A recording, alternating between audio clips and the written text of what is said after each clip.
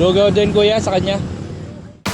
Paupo na ho sana tayo ay kaso sa likod ay may nagsabi ay kapatid baka naman meron ka at kulang naman aring aking pera pambili ng lugaw. Pagtingin ko ay katutubo ho are ay di atin ang inilibre doon sa masarap na lugaw na iyan. Ay hindi ko masyado maintindihan ang kanyang sinasabi, either mahina o masyado maingay ang kapaligiran. Pero ang intindi ko siya ay taga Sablayan at nandito siya sa Mamburao kasi may lakad daw siya sa DENR. Hindi ko rin maalala o makilala kung sino ba yung mga tao na kanya sinasabi.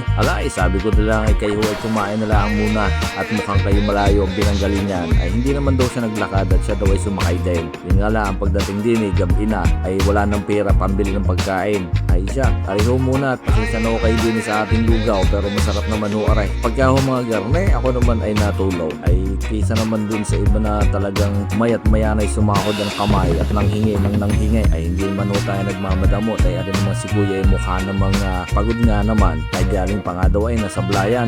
Ay sana yung natagpuan ng kanyang pakay din sa Mamburao. Siya manaw, kain ho muna tayo at ako'y gutom na rin.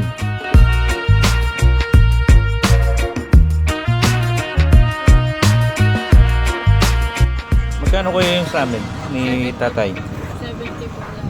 70.